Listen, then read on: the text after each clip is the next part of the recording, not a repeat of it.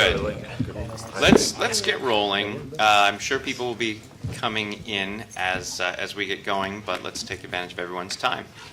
So, hello. My name is Joe Michaels, and I am the former Senior Director of Business Development for Microsoft. No longer. As of this week, I joined a VR startup called Axon VR, which I'm very excited about. And if anyone's interested in the haptics side of VR, I hope you'll come talk to me after the panel. But without further ado, what I would like to do is introduce the people who will be your panelists today. This is an incredible group of panelists. I think you're going to love hearing from them. So let's start. We have Richard Yen. We have Scott Lynette. We have Yuna Shin. We have Shivani Ram. We have John Goldman, and we have Fred. Is it Ovkarik? Okay. So what I'm going to ask our panelists to do in a moment is introduce themselves. But just to set the context, I'm sure if you've been following VR and AR and MR, the Rs, the way I have, you know that now is an extraordinary time to be in this space. Deals are happening, the technology is there, the perfect storm has arrived, and that's what we're all looking for. So now the question is, how do we get it done? And the funding and the deals. We talked in the last panel about content is king. I'm going to put forward the proposition that funding is king. Mm-hmm. We need to get these things going, and so that's what our panelists are here today to talk about. So let me ask for an introduction, please, first from Richard. Sure. Just who you are and what your company does and where you fit into it. Sure. So Richard Yen, I head up digital media growth investments for Saban Capital Group. We're a private equity firm headquartered out of Century City, investing broadly across the media and entertainment landscape. We're a family office for media billionaire Haim Saban. We look at later stage opportunities, typically revenue generating companies where we can add value through our media entertainment relationships and across Hollywood. I'm Scott Lynette from Touchdown Ventures, and we help large corporations launch and manage their venture capital programs. And some of you in the room may also know me from DFJ Frontier, a media-focused West Coast fund that I co-founded before Touchdown. Thank you. Hi, I'm Yuna Shin. I'm the managing director at Manat Digital Media. I head the business advisory practice there. We work with a variety of folks within and across the VR ecosystem, including device folks, content folks, people on the platform side, and as well as investors and a lot of foreign investors who are looking to make investments into the VR space and helping to navigate that whole process. Hey everyone, my name is Shivani Ram. I'm the general manager at River Studios. We're a content studio for premium VR content.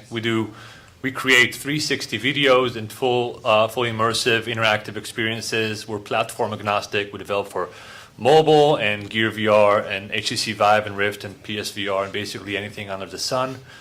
We help partners. We've worked with companies like sports teams, artists, and brands like the Denver Broncos, Coldplay. We've worked with InStyle Magazine and a bunch other. We help companies think about not only content creation, but also distribution, how to get to market, how to monetize content. And if anybody's interested in creating content in VR, please see me after. Hi, I'm John Goldman. I'm an investor at Graycroft, which is a venture capital firm in New York and Los Angeles, which now does sort of a full lifetime of investing from seed through later stage. And I focus on seed stage companies in VR, AR, video games, and esports. Hi, everybody. My name is Frederick Ovkarik. I'm with a company called 8i. I run a business development and partnerships there. 8i is focused on making virtual reality more human, meaning we enable content creators to bring real humans to their experiences that you can then walk around, interact with in VR, AR, mobile, and web.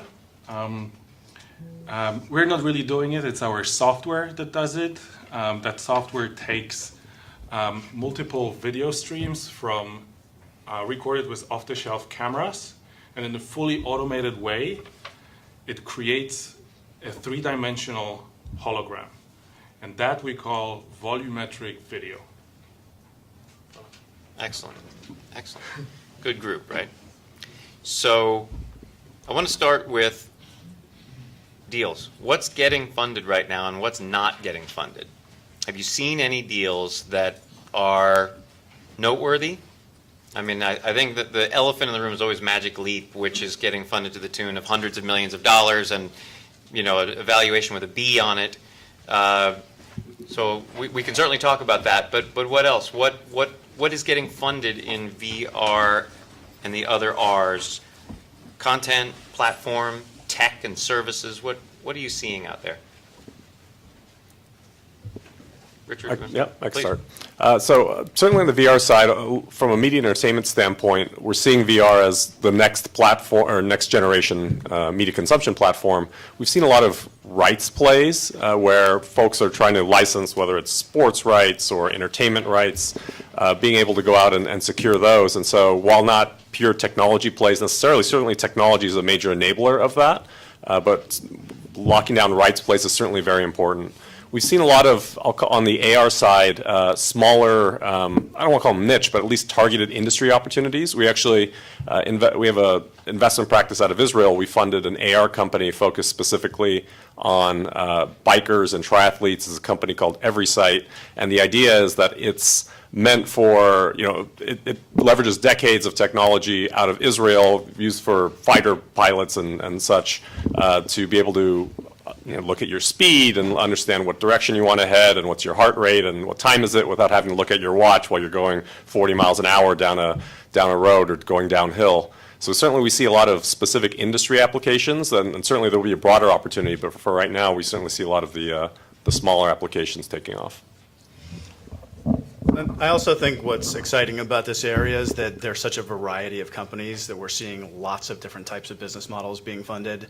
You know, I think everything from content and the equivalent of mobile gaming studios to business applications, including in areas like healthcare and education.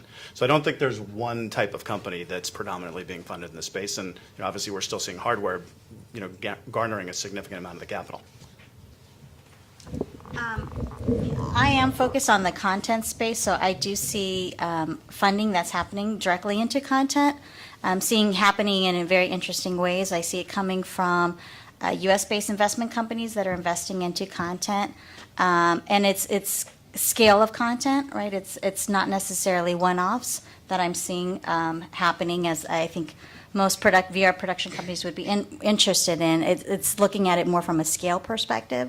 I'm also seeing a lot of interest coming from China in location-based areas, real estate development, where they're looking for VR content, and again, a lot of scale of serial franchise type of content that's being funded, and a high interest in all of that. And how much of the content that you're seeing being funded is from traditional venture capital versus from things like marketing budgets at big studios? Well, so it's really interesting. I think from an internal studio perspective, a lot of the budgeting is being baked into marketing and promotional. I think that it's a challenge for studios to greenlight VR content internally in kind of a typical greenlighting process. So that type of content is being funded outside of the studio system and being played with other people's money. Yeah, we're saying the Yeah. exact same thing. Yeah, and I would echo Scott's comment. I think when we're seeing investments for very different use cases, starting with Matterport in real estate, Sios in healthcare, the VRC just raised from China, 22 million. That's content. That's more of an agency thing. Obviously, Jaunt has raised from a studio from Disney, and we see very different use cases. And I think it's a different. You ask what's the right? Is it whether funding is king? And we talked before. We said the right funding, and we're probably going to cover that. But I do see a very broad landscape of investment and rounds and acquisitions.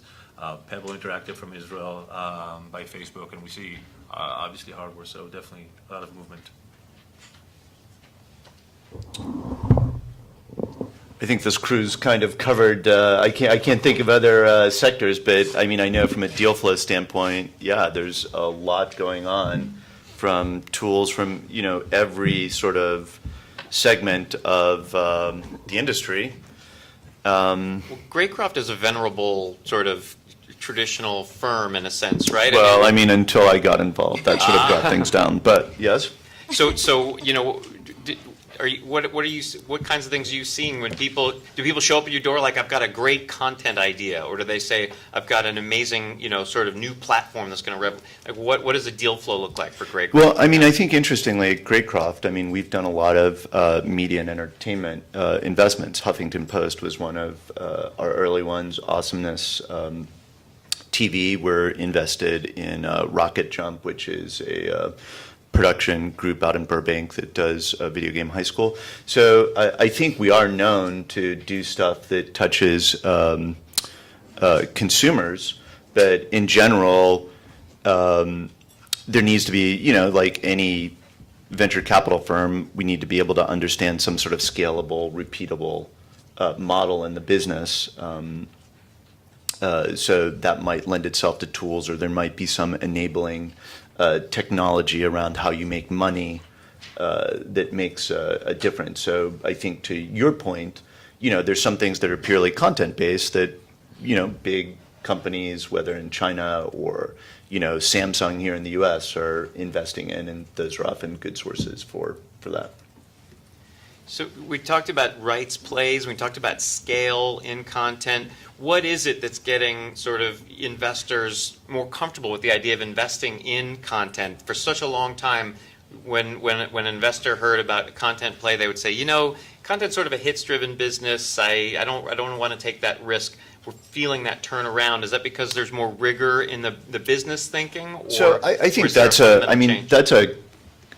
in my opinion, a comfort level thing. So I spent most of my career making content, so I'm comfortable talking around content. I think every business is a hits-driven business. I think there's often one, in the early stages, there may be 5 leaders in an industry, and as it gets more mature, there may only be 1 or 2. That strikes me as fairly, hit-driven, and then the industry segments, and there can be different leaders.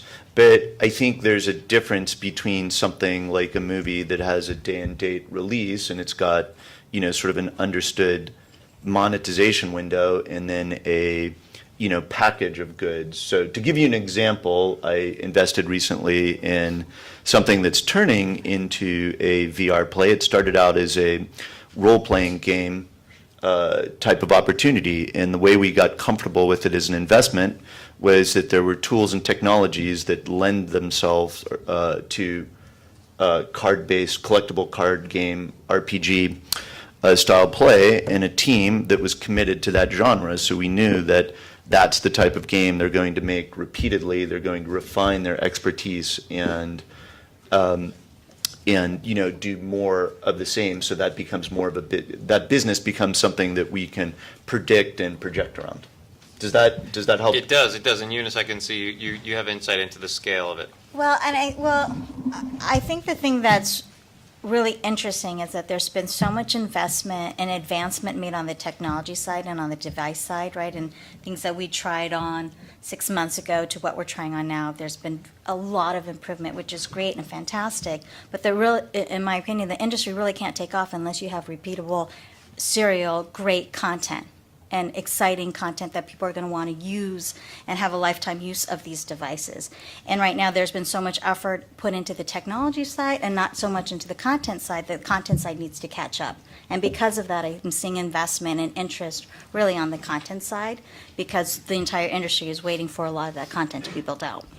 Given Haim Saban's content background, is that pushing you guys toward content investments?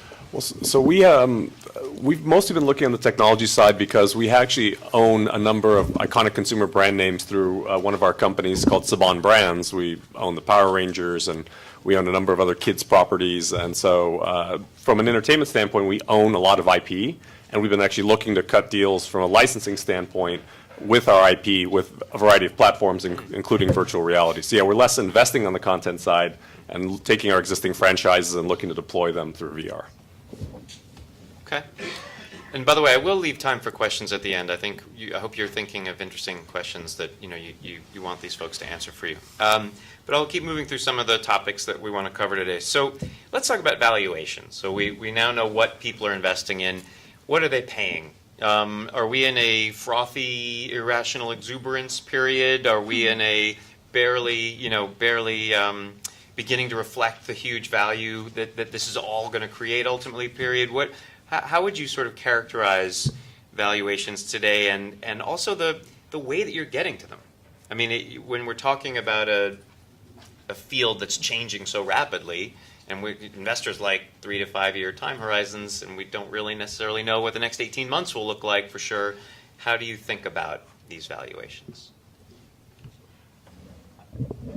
So I actually think that the market's really misled right now by a couple of large deals. So, if you look at the first quarter of this year and you say, $1.1 billion went into this space, if you take out Magic Leap and you take out Mind Maze and you take out one or two other deals, you have probably an average of something like $3 million invested per deal. And so it's really mostly at the seed stage, and those valuations are mostly traditional venture capital valuations at this point. So I think, you have a couple of really high-flying, big bet opportunities that justify the amount of capital that's going into them, and then the rest of the market looks a lot like traditional venture capital. And then we focus on later stage opportunities, typically companies doing trailing revenue. And so from a VR standpoint, we've been trying to get comfortable and looking at a lot of these companies that I would say the valuations are very healthy, certainly maybe even lofty. I think certainly the bet is, can they become the next Oculus? Can it become one of these outliers? And so I don't think they're irrational in the sense that if the space fulfills its potential, it would be well worth it to be an investor in many of these companies. I do think that for us, we haven't figured out how to pull the trigger because revenue is trailing. We're waiting for all the hardware devices that come online. And so, we're waiting and seeing. And so it's a dangerous game for us to play by not jumping in that the valuations could go up even further. But we're taking a wait and see approach right now. That's great. Thank you. Oh, there's people out That there. doesn't blow the webcast, but that's a really good idea. And it was an audience member who thoughtfully did that. Thank you. Thanks, Phil. Phil, you've done this before. Phil, have you ever lit anything in your life? Okay. Cool. That was a helpful answer. There are other investors here. Do you care to comment on valuations? Are you feeling squeezed, feeling happy? How do you feel about it? I mean, I'm curious what Fred thinks about valuations. You guys have a pretty healthy valuation. Yeah. I'm not aware. I'm in business development. Okay. I'm going to get to Fred in a second with a very, very pointed question, but okay, I'll leave the valuation question here. It's always a good reason. Yes. So so Fred works for 8i, a company that did attract investment, and I'm curious if you could speak to the sources of funding. You're an entrepreneur. You have an idea for content. You want to get in the VR space. Where do you go? Do you go to friends and family? Of course, it depends at what stage. But do you go to VCs, strategic investors? Yeah, I mean, it's 8i attracted capital from institutional venture capital funds like Founders Fund, RE, Horizon Ventures, and they basically work like Silicon Valley standard venture capital. But we also attracted a lot of strategic investors, and what makes a great strategic investor? Somebody who accelerates or boosts your business, and we're lucky to have a couple of those. So I tend to think that they come in kind of like three buckets. The strategic investors who know more people than you do, so they will make necessary introductions. We have Sound Ventures with Ashton Kutcher on our board, and he's been a tremendous asset for us to navigate the Hollywood Journal. Another category would be investors who know more than you do, who can help you, build a compelling product, a better product. On our end, that would be Dolby, who brings the years of sound expertise and engineering to the table, which is makes our value proposition much better. And then the third category are those investors who are hustling with you, who are helping you go to market faster, who help you sell. And on our end, that would be, for instance, I'm thinking of BDMI, Bertelsmann, great partner very early on. We're introducing our technology to other portfolio companies and all their media companies within their group of companies.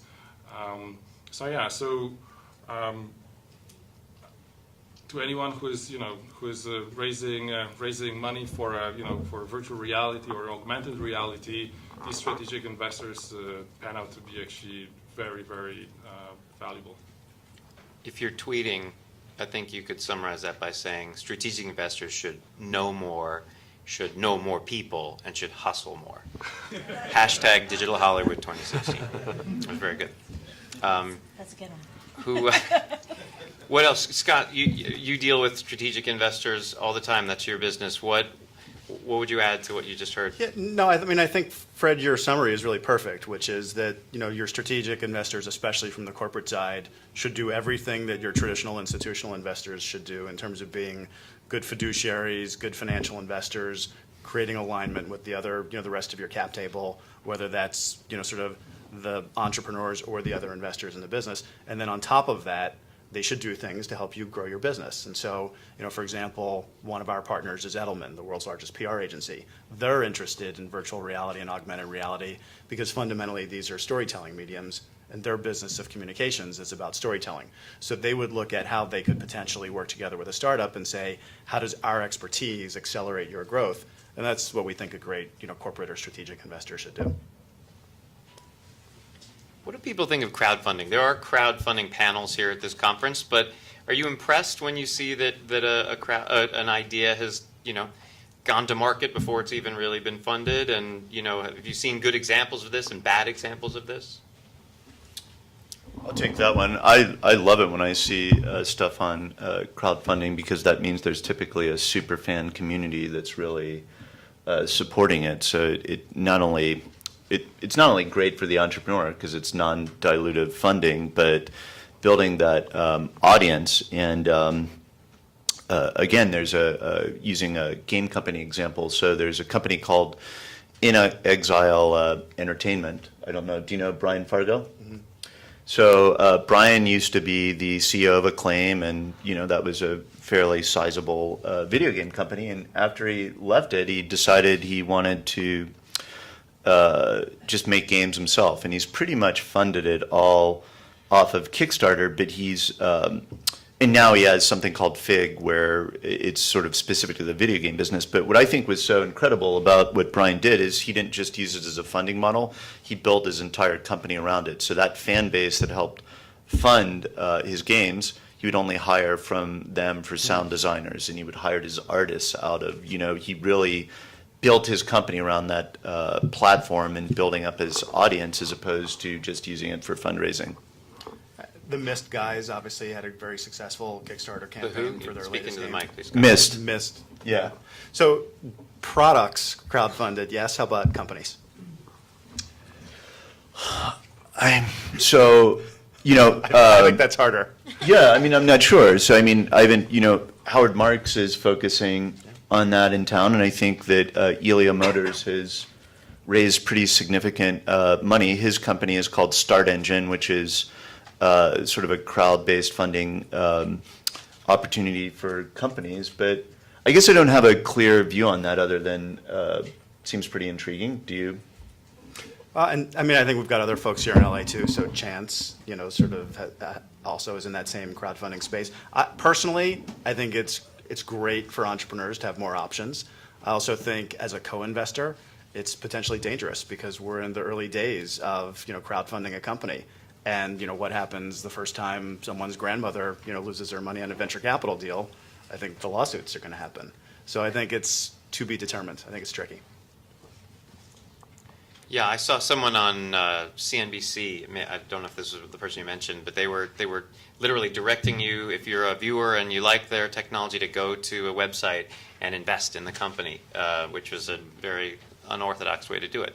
But that's the reality of today.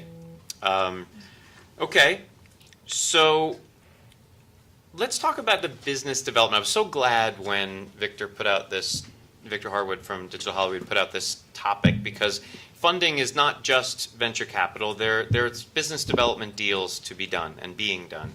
So I wonder if people could talk about the kinds of business development deals that are driving businesses forward in the VR space today. We're talking about, strategic alliances, sort of big Uber things like Next VR, getting in bed with Fox Sports for 5 years. Or are we talking about, distribution deals, IP or rights deals? What are you seeing? What kinds of deals are you seeing right now that are going to be, they're groundbreaking in a way because they're the early VR deals? I think we're seeing a lot of the strategic partnership deals happening. Again, it takes an ecosystem, right? And so if it's people who have the hardware and can provide the hardware, or there's a certain technology and another group can provide the content, I think that they're looking at providing and creating strategic partnerships. And I think one of the biggest challenges is getting some of this content funded to be made, but once made, like, how do you get enough content, good quality content out there? So I think that there's a reliance of strategic partnerships that we're seeing happening, and a lot of the business development deals happening that way. Obviously, the thing that's been probably on everyone more knows about is just the device companies are funding content because they need content for their specific devices. So that's been happening for some time. I think it'll continue to happen, but I think we're seeing a little bit more of the outliers joining forces in order to get content out. Sivan, what do you tell your companies who come to you and when they say, help us with BD, what should we work on first? So first of all, from our studio's perspective, there are many companies who want to strike sort of partnerships to have a reciprocal relationship. One company is GTech, who's basically, I think, a subsidiary of Western Digital. They do storage. And we're partners today, and they supply us with technology, and we supply them with insights to our production pipeline, way to optimize it, what sort of hardware would empower next-gen content creation. There's just moving data around is a big challenge in VR. We have one of our camera rigs is made out of Red Dragon cameras, 5 cameras. And when you're shooting 89 frames per second on 4K, I think it's a gig a minute per camera, and it gets bloated very quickly. So just even internally for editorial to be able to move it around, it's a challenge. And then backups and ways to work with remote teams. We have HQ is in San Francisco, and we have an office in Canada. So that's a challenge. And for a partner like GTech, that's valuable insight for the day-to-day operation of a content studio. The company that I'm with, River Studios, is basically a spin-out from Rothenberg Ventures. Rothenberg Ventures is a VC seed stage based in San Francisco, and they invested in about 40 AR VR companies to date. ADI are part of this portfolio. Altspace and Jaunt and Weaver and many, Fove and many others. And for us, it's absolutely my involvement with the investment side, or there's basically a joint venture between the investment side and our studios. Although they're two different entities, there's a joint venture in the River program that ADI was a part of, an acceleration program, an incubation program. When my involvement there is mentorship and helping them think about strategic BD. And that's definitely on the strategic end. Some of the stuff that we're seeing around with content, some of the companies that we engage with, that we talk to in the sports world, they're looking for both fan engagement content, but also tools. So that's some of the relationship that we're starting to strike. So we see less people coming in with exit expectations, and more of building an ecosystem together. I think, to point out one very intriguing relationship that happened very early on is the Samsung Oculus partnership, and the way to distribute. So if you have a Gear VR with a Samsung phone, you basically consume content through the Oculus store. And that's interesting because I see them as becoming competitors, not too long. Through Milk VR is another platform, but still you can consume content through the Oculus store. I think it's interesting right now. Oculus is high market, Gear VR is mid market, but we'll start to see movements there, and then it becomes competitive. So I think that enabled a lot of what we see today. Those partnerships, HTC and Steam, and Valve. That's a very interesting relationship there. HTC doing, I think, the manufacturing, Valve doing development and distribution, and just fascinating to see how early on some of these companies moved into the space, striking these partnerships and enabling an ecosystem to be built together. Partnerships can be limiting too, in the sense that if you're Valve and you've gotten in bed with HTC, and maybe you're thinking, I might have wanted to leave myself a little bit more opportunity to work with others. But Fred, so give us a sense of BD for you. You're head of business development. What's happening in the BD world for a company like yours? So our business is all about empowering content creators and basically down the road selling them our software.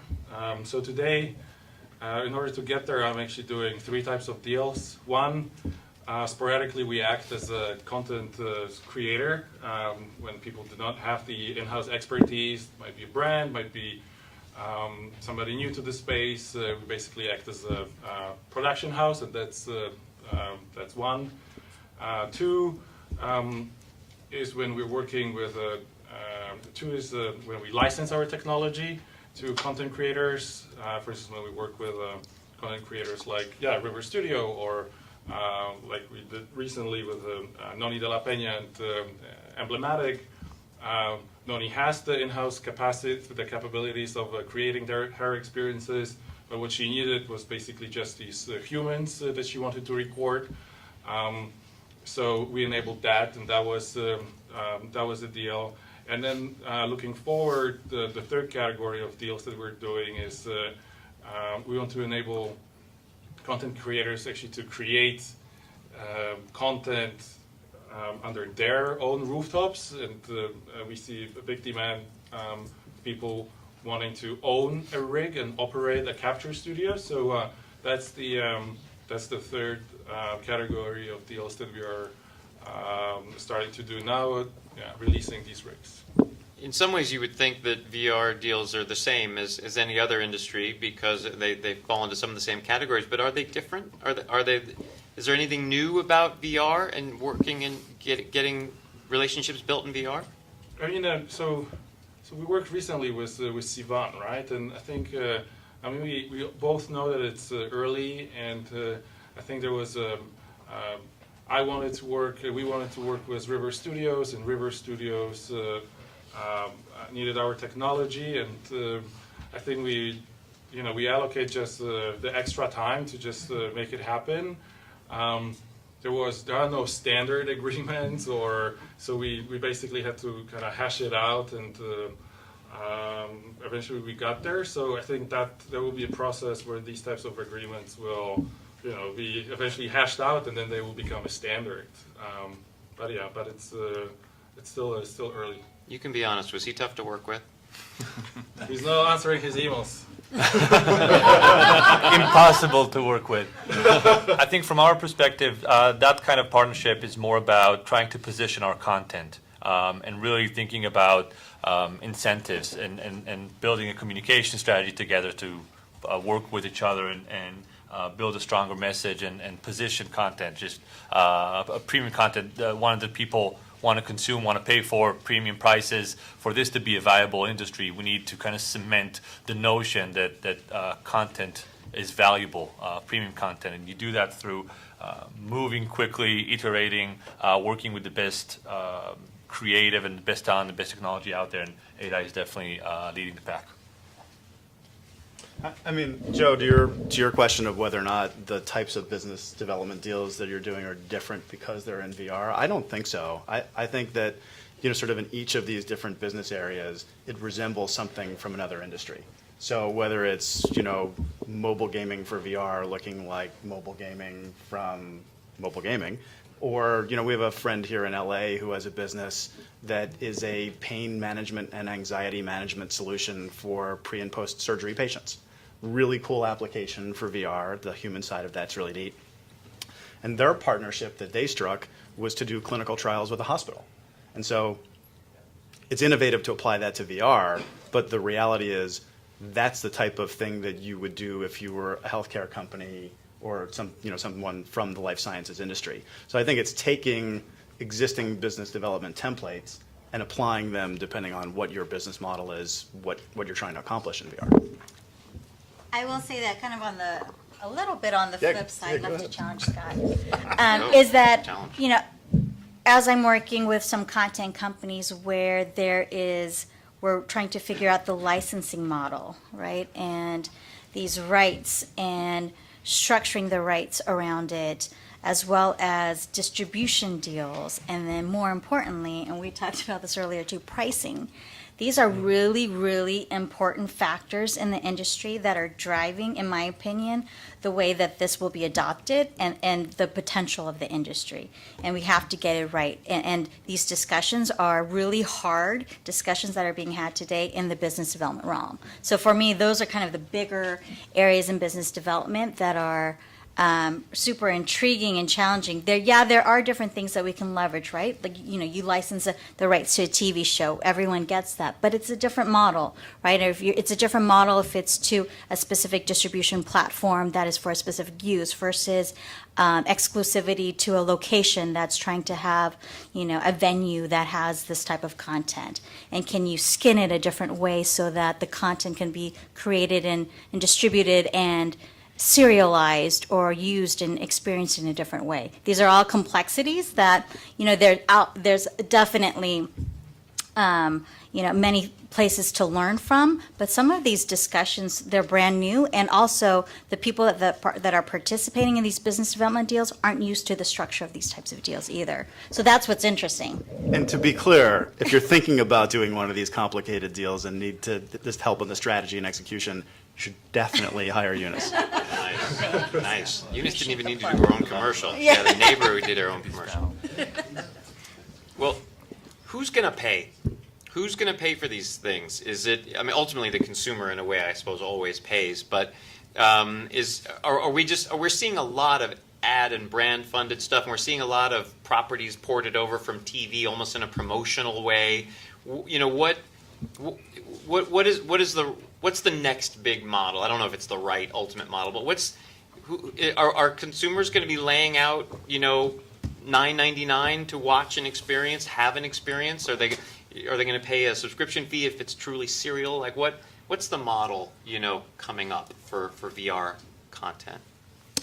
Well, I think it depends on the category. So I think Sivan's absolutely right that in the early days when you have a low installed base, the main model that makes sense is premium. People have to pay for content, and to Eunice's point, content has to be awesome in order to get them to pay for it. So I'm skeptical in the early days until there's sort of a large installed base about either free-to-play or ad-supported models, because those both require a lot of reach. And again, I come back to, okay, what looks obvious? I think that gamers will pay premium prices, not $9.99, but $60 and $80 for a premium experience. And how cinematic VR is commercialized is sort of a trickier proposition to my mind. Yeah, this is a topic that we're obviously spending a lot of time thinking about. And I completely agree with your point. I think that the irony here is that so far most of the content that we see is being funded through marketing efforts. That's the vertical, that's the content vertical that we're seeing. Marketing content along with user-generated content that's more casual content, basically being distributed on free platforms such as YouTube, Facebook, and more dedicated platforms such as Viridio, Little Star, or Meta, or others. Casual users watch them on mobile devices because of the already deep market saturation of mobile phones.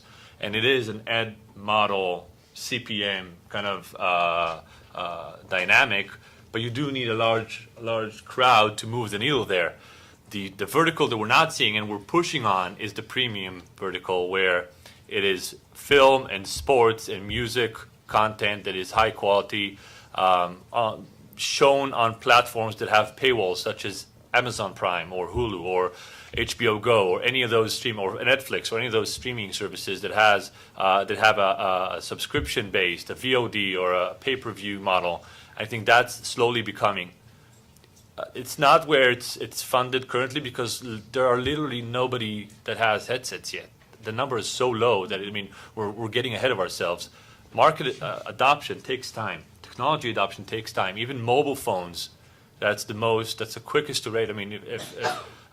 If you look at technology adoption from the previous century to now, you see an accelerated adoption rate. But even the most accelerated space, which is the mobile space, still took 4 years to reach 25% market saturation. And I think that even if VR will be quicker because the distribution is easier and quicker and social push, virality, and everything else, the world is better connected and more global now.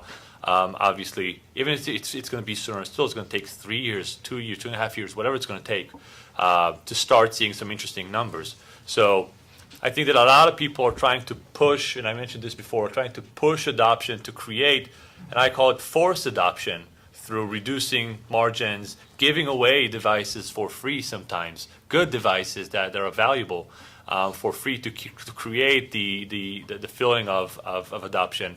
But I don't think that's the right way. I think the right way is to insist on making this an industry so we can attract the right creators, the right developers, the right business people and investors, and build a viable system, a viable ecosystem, rather than having this being as a marketing effort of some brand, or being a fad of a pop-up at a certain conference.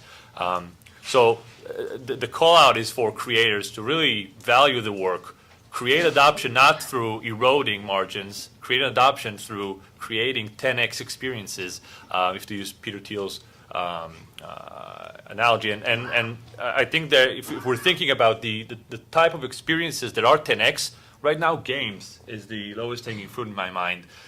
We still don't see film and cinema getting there, but I think there's a lot of creators, us included, that are invested in making it happen. And then obviously enterprise uses could create 10x experiences. We saw some reports on baby being delivered in VR when the father is miles away. I think it was in Australia, and there was a surgery in VR last week that was basically broadcasted to any university and medical students and whatnot. I think the enterprise uses are also very interesting, but I think we all should really value our work and invest in creating a business and not a fad. So, Sivan, to your point, I think the latest stats that I saw were 11% of game players said that they had the intention to purchase VR hardware within the next year. So if you said, this is going to be faster than mobile, but still take 2 to 3 years, that's about right based on what people are at least saying they want to do. I think the other model that we're seeing, to go back to you, both the points that both you guys made about premium experience, is on the sports side and maybe on the music side too. And I think what the content owners are most excited about is the ticketing model more than the subscription model. Absolutely. Because you say, you're used to paying to go see an NBA game, and that's great. Most people in their life will never have the experience to sit courtside at an NBA game. But would you pay to do it virtually and have some shade of that experience? I think they see that as low-hanging fruit, and I think it's exciting too. Absolutely. Yeah, so brands is definitely one way to fund content. So brands and marketing dollars definitely one way to fund content. And as we interface with a lot of these content creators, we see that happening. Other two sources of funding that I would highlight are platforms and publishers. Platforms, HTC just recently announced a $100 million content incubation fund. I mean, to your point, Steam without compelling content is just an HTC, piece of plastic. So if you're going after money to fund your content ideas, HTC, the Vive X program is a good way to get some of it. It reminds me a lot of 5 years ago when YouTube launched their $100 million fund, and so we could see a lot of these models actually, being repeated where these platforms incentivize content creation, and then publishers. I mean, we've seen the New York Times, there's Time Inc., and CNN. All these players were already in the content space. HuffPost just bought Riot. Yeah, Riot. I mean, Huffington Post just The bought. Huffington Post just bought Riot. Yeah. The sort of social content creator. yeah. So that's another source. Does anyone remember when mobile phones first came out and the carriers tried to control all the content on the deck? I don't know if you remember this, but it was sort of like, the menus were awful, and, they only did deals with a certain number. And that to me was like, and they eventually got squeezed out. It was just a market ripe for disruption. There was no way content owners were going to let, whoever it was, AT&T, kind of decide what content got consumed on phones. And do you all see the same kind of issue, with Oculus and with Microsoft and HoloLens and with, all these other companies trying to sort of control the store, control distribution, or are we past that now? I'm just curious what you all think about that. Actually, quite the opposite. It feels like it's a very cooperative space. All of these platforms out there know that they want to optimize for content, and if they ask for exclusive rights, then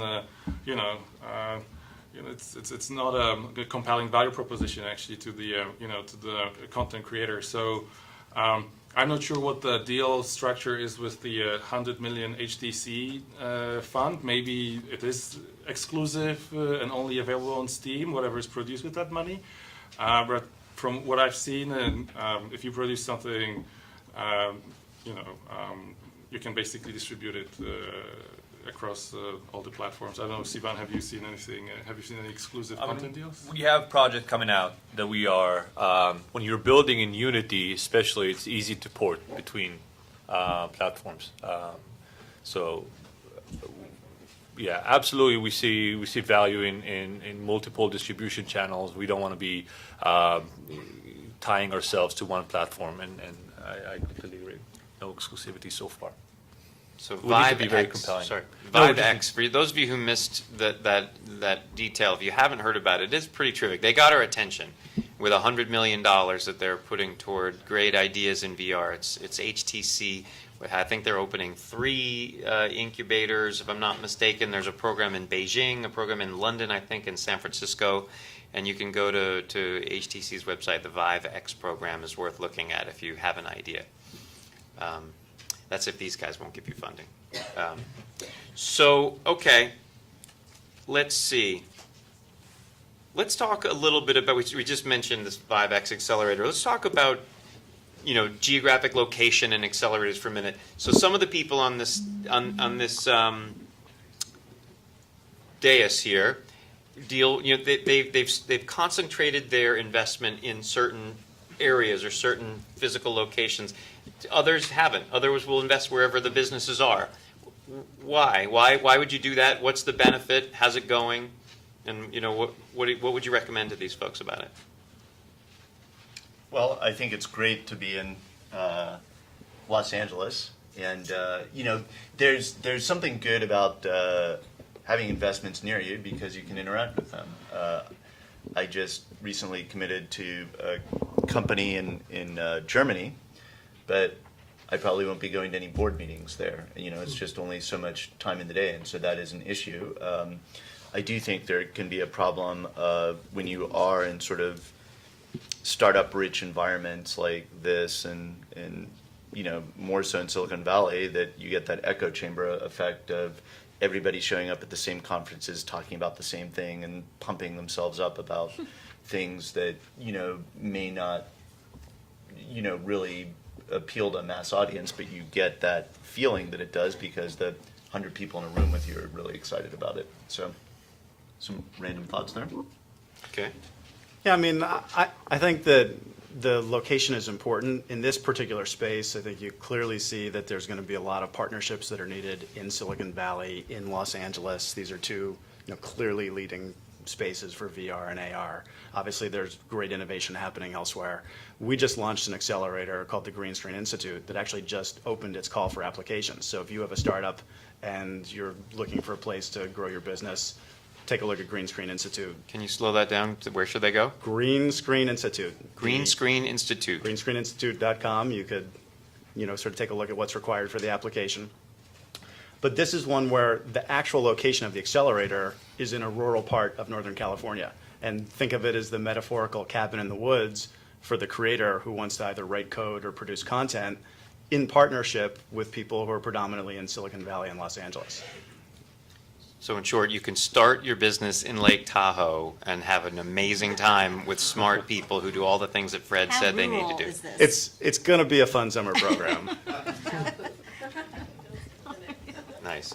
What those of you who don't care where a company's located, do you give a damn? Would you rather that you have a portfolio of China and UK and Seattle where I'm from and Israel? I mean, like how do you guys think about it?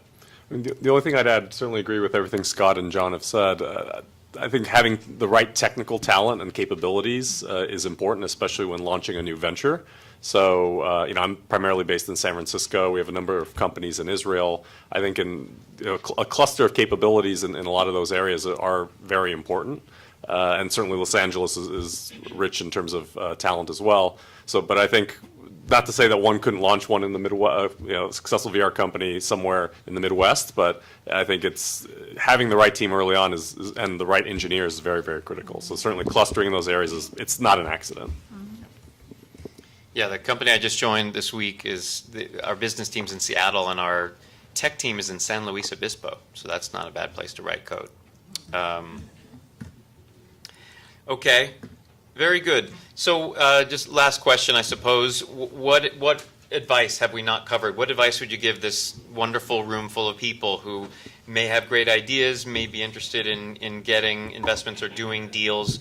What have you seen that, where people have really put their foot in it, or, what have you seen that people have impressed you? What would you tell them?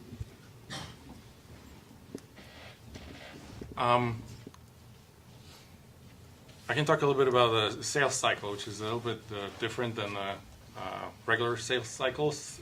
First of all, you have to, so three things. One, you have to be physically fit because you have to schlep around 200 pounds of equipment across the country and demo all types of different people. Second piece is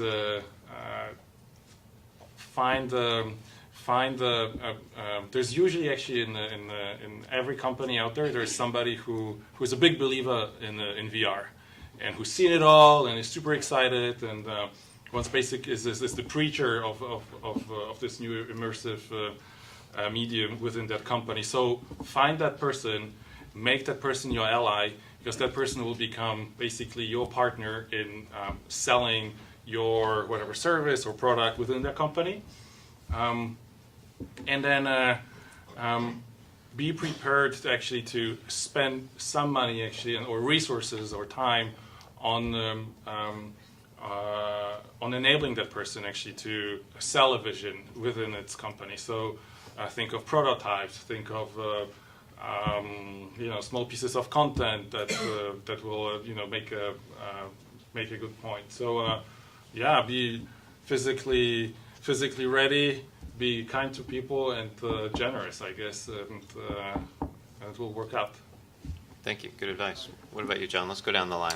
All right, going down the line, I have two pieces of advice. I know, exactly. One, yeah, you're gonna run out. We're gonna be really creative. All right, down so there. let's keep it to one piece of advice. I like Fred's three trio approach. No, you can go 3, 2, 1. Okay, one piece of advice is you have to take some part of the risk out of the equation.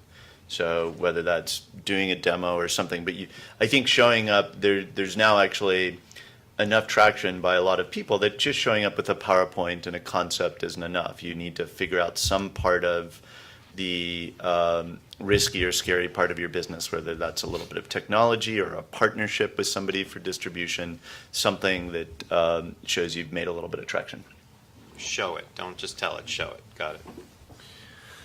I think because the market is not there yet, it's still building. What I would say is really think long and hard of who your investors are, so you're not tempted to go to market before you're capable, before you really have a valuable venture. So if you need to bootstrap and if you need to stay lean and frugal, do that.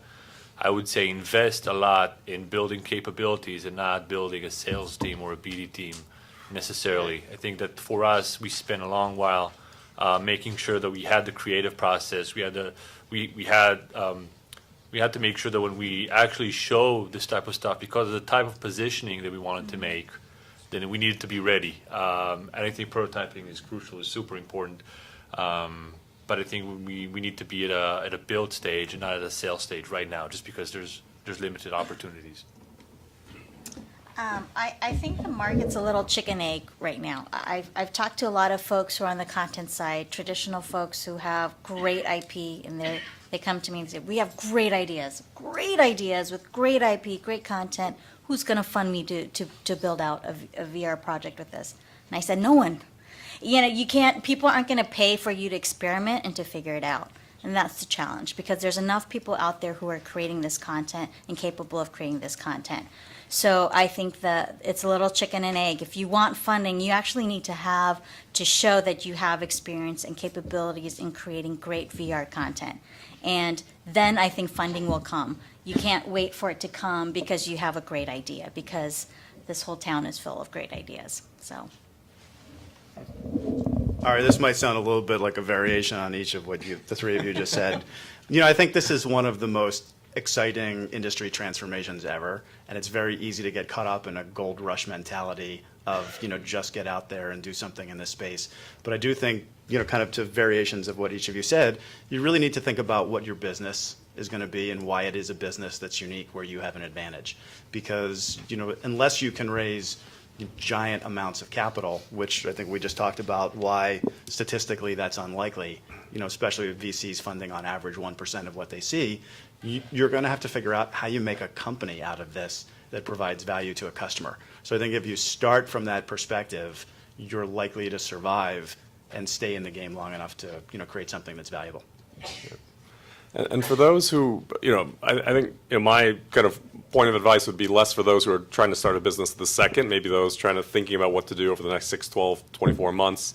I draw analogies with the VR space, let's say the mobile game space. I think the way that space was attacked initially was you obviously launch a bunch of games, and there are some winners and there are some losers, and certainly in the VR space, the obvious models are, okay, create some hardware, okay, create content, and I think those certainly will have a lot of folks clustering around there. But for those who have a longer term view, think about adjacent plays in those ecosystems that could be successful. So in the game space, you don't have to be Supercell. Of course, you are. If you're a multi-billion-dollar company, that's fantastic. But you could also be Twitch. You could also be Unity.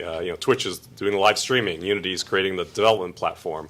You can esports. They're all alternative angles, and so that's one where, again, it's still nascent on the VR side. There's not enough of a installed base to make any of those actionable this second. But I think it's something that you should try to come at it from a different way, so that you're not going up against Facebook and Samsung and all the major players. Come at it a little bit differently, where hopefully you can carve out an interesting opportunity and just leverage an existing business model that's worked elsewhere.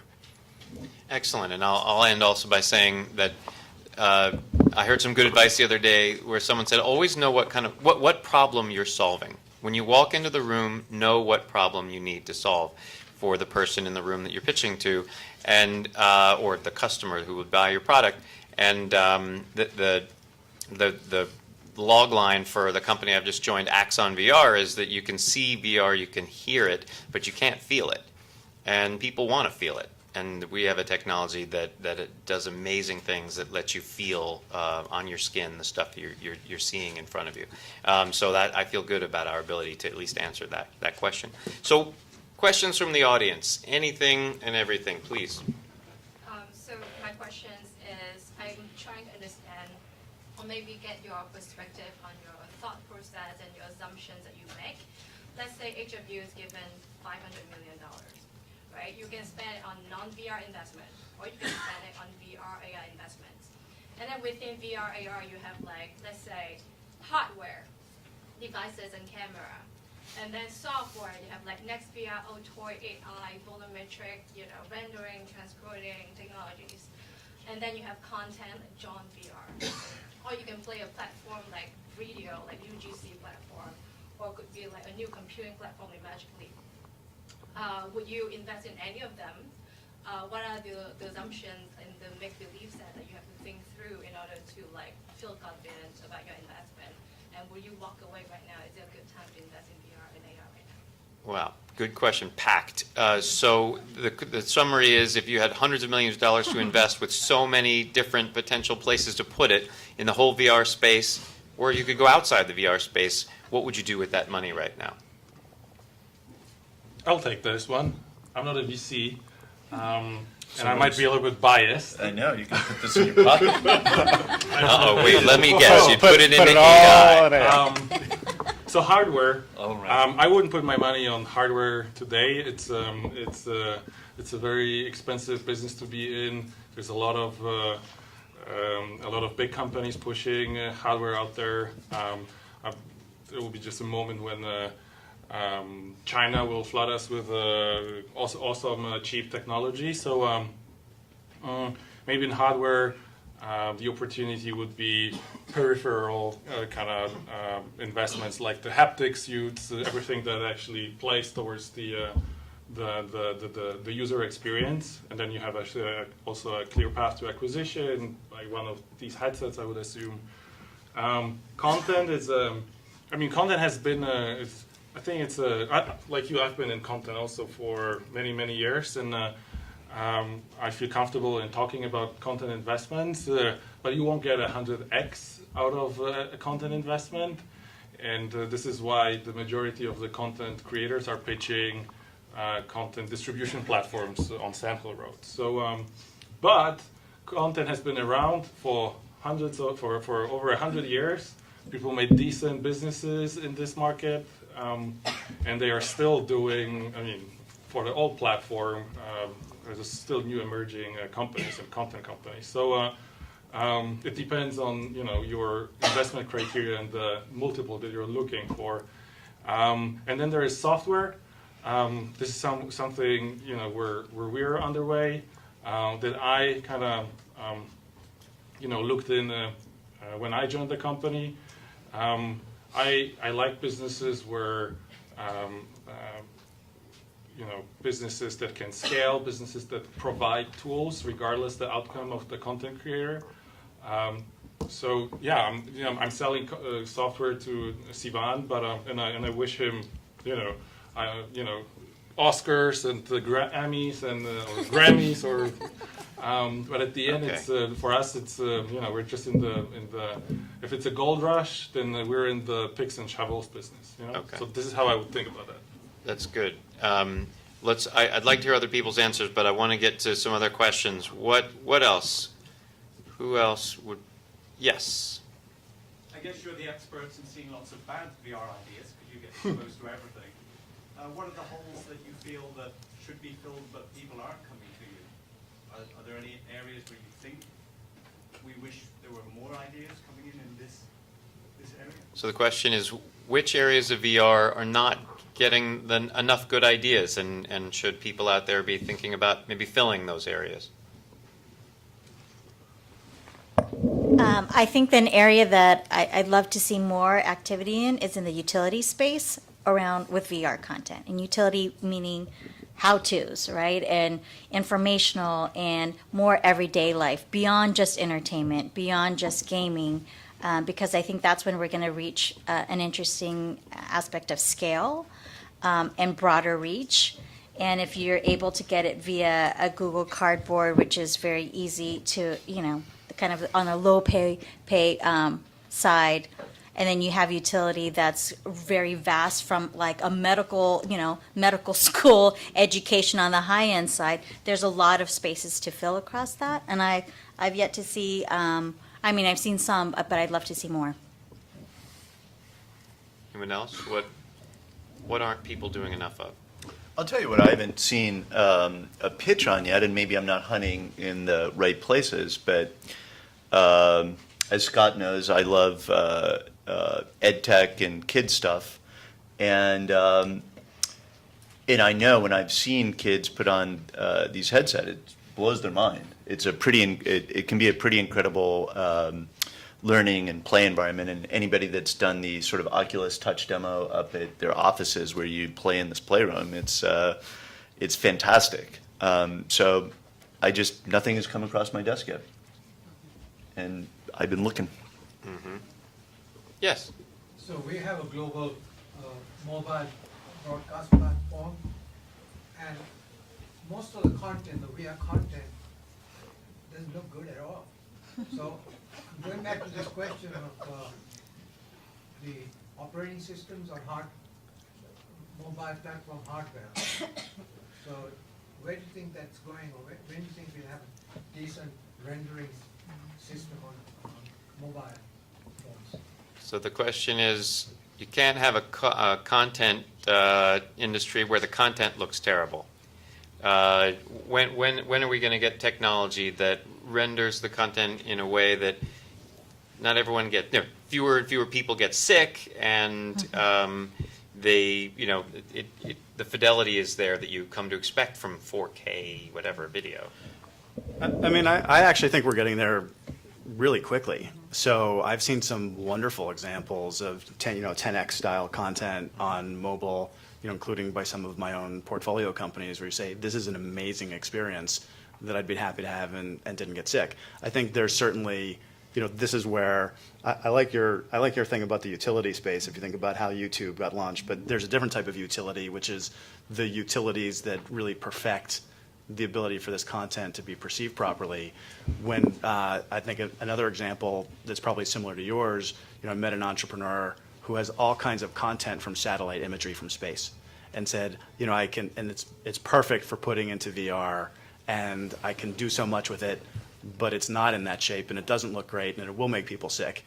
And so, people who can help folks who have content make it look better, I think that's another business opportunity, and we're going to see plans emerge in that space too. But I think fundamentally the platforms are capable of doing it today. Yeah, folks agree. Well, all right, we'll keep going to questions. Yes? I've been going to many of these things and looking for display technologies that would match the 4K. And I got privy to something similar to going to a live concert and playing it back on a small AM transistor radio from the 60s. So it's that kind of, here you have this great content, but you're viewing it on Oculus, Vive, whatever they are, they don't look very good. So you're saying that we're catching up where it will look pretty good? Because it's like, I know they shot Superman in color 5 years before color. So you have all this great content, but to show it and enjoy it, it's very primitive. The people on this panel probably have had a disproportionate number of great VR experiences, but what do you guys think? I feel like I've seen some amazing stuff on mobile. Real life we're talking versus computer generated? Both. Yeah, both. I think I remember giving demos 6, 7, 8 months ago, and it was basically 3 demos, and then people would go, is there anything else? I would be, not really, things are coming out. I had somebody at my office the other day, and I gave them 90 minutes back-to-back demos. And then I stepped back and I said, wow, there's so much more great content, and people, I think a lot of people just don't have access to the bleeding edge of what's going out. But these are such early days. We don't even understand it. And I think hype is great. I think people are excited. I see really positive signals from the market, items being sold out when they go on pre-sale. Another Kickstarter, we mentioned crowdfunding before, another Kickstarter campaign just superseded Oculus, and that's a good signal. We see game developers, 11% intending to buy, 16% actively working on a VR title. So we see strong signals. There's a lot of impatience, and that's good, but also I think we need to curb our enthusiasm and keep building, keep running. I think things are really getting better very, very quickly and soon, far before we expect. We're in this space day in, day out, and our heads spin from how fast things move. I remember when I joined the company with Mike Rothberg and the guys, it felt like we were the only one building something in VR, even though it was like 250 people at every SVVR meetup, whatever it was. And now it feels like the whole world is doing something in VR. I'm sure it's not. I'm sure 0 people have heard and seen VR. And it's still bad, so that's good. But it's coming out. It's getting better fast. So good things to come. Okay, let's see. I want to see. Okay, let's take a last question. No, you go ahead.